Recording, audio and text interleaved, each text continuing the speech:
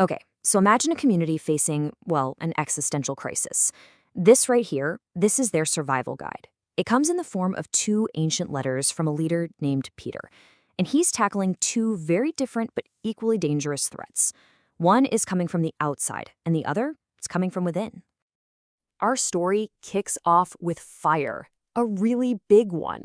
On July 19th, 64 AD, a blaze broke out in Rome, and it just raged for days. It would seem to die down, and then, boom, it would roar right back to life, swallowing huge chunks of the city. The devastation was absolutely immense, and the people, well, they were furious. They needed someone to blame. Pretty quickly, the public started pointing their fingers at the emperor himself, Nero. Whispers started that he'd torched the city on purpose just to clear some land for his fancy new palaces. Nero, feeling the pressure, did what a lot of leaders do. He deflected. He found a new target, a small, kind of misunderstood religious group, the Christians. And just like that, a tragic fire became the spark for the first organized, state-sponsored persecution in the empire's history. But look, this wasn't just punishment. This was a sadistic public spectacle. I mean, people were literally coated in tar and set on fire to light up Nero's garden parties. They were sewn into animal hides and then torn apart by wild beasts for entertainment. The news of these horrors sent this absolute shockwave of terror through all the growing communities across the empire. And riding that very shockwave was a letter. It came from Peter, one of the most important leaders of the movement, and you can just feel the desperate urgency in it. He knew this wave of persecution wasn't just going to stay in Rome, it was going to spread, and he wanted his people to be ready, not just to face it, but to actually endure it. This was the first part of his survival guide. So the first challenge was crystal clear. How in the world do you survive when the most powerful empire on earth wants you dead? Peter's first letter is all about facing this threat, this enemy from the outside. And the man who wrote it is pretty fascinating himself. He was born Simon, which means reed, something that bends easily in the wind. But his leader, Jesus, gave him a nickname, Peter, which means rock. And that transformation, from a guy who once totally buckled under pressure to becoming a solid foundation for his whole community, well, that's the key to understanding the incredible message he was about to deliver.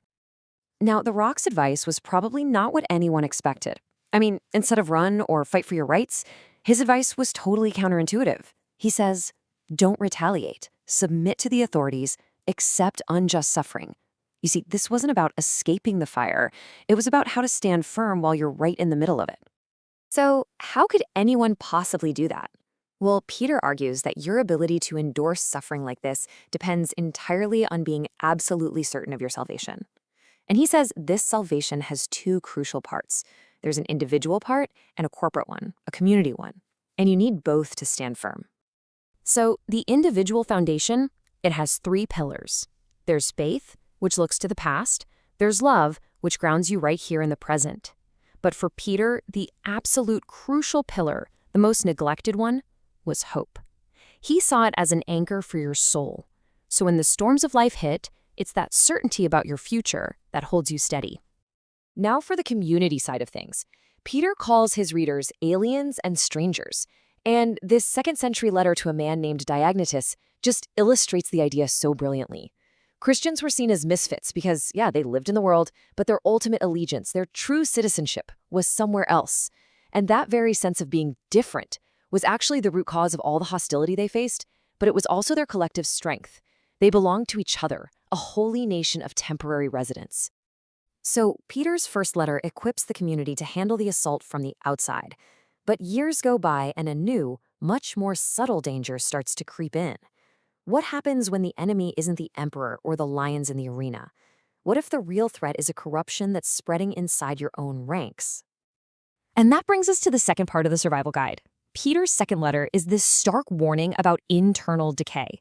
It's about heresy, false teaching, and a kind of moral rot that was threatening to tear the community apart from the inside out. Peter lays out this kind of 4-stage decay. It all starts with a corrupt creed, where the core beliefs just get watered down and become fuzzy. And that, he says, inevitably leads to corrupt conduct, and then to a corrupt character.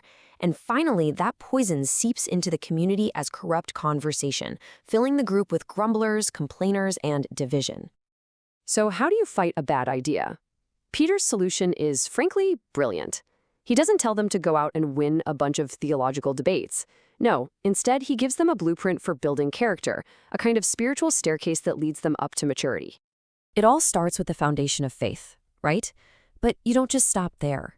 Peter urges them to actively add to their faith, add virtue, then add knowledge, then self-control, patience, all the way up to brotherly kindness and, at the very top, love.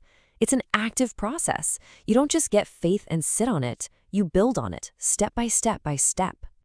And this right here reveals his core strategy. The best defense against bad ideas isn't just better arguments, it's better people. Peter knew that true spiritual maturity is the ultimate defense. The people who are actively climbing this staircase, they're far less likely to get pulled off course by corrupt teachings. And Peter does not pull any punches about the stakes here. I mean, the language he uses is graphic and shocking, and it's for a reason. He's saying that to know the truth and then turn away from it because of these false ideas, that is a spiritual disaster of the highest order. The internal threat is that serious. So, what does this all mean for us? Well, these two ancient letters together, they form a complete survival guide for a community that's facing threats from two completely different directions. It's really this simple. Against the external threat, persecution, the defense is hopeful endurance. And against the internal threat, corruption, the defense is spiritual maturity. Two very different threats, two very distinct defenses. And in the end, it turns out both of those defenses are powered by the exact same engine, hope. Peter's final word is to fix your eyes on the promise of a renewed world, a future where righteousness dwells. He's arguing that if you truly believe that's your destination, it will fundamentally change everything about how you live, right here, right now. And that leaves us with a powerful question, one that echoes way beyond the first century. For any group, any company, any movement, any nation, what's really the more dangerous enemy? The one you can see, the one you can hear, the one at the gates? Or is it the slow, quiet corruption of purpose and character that can rot a group from the inside out?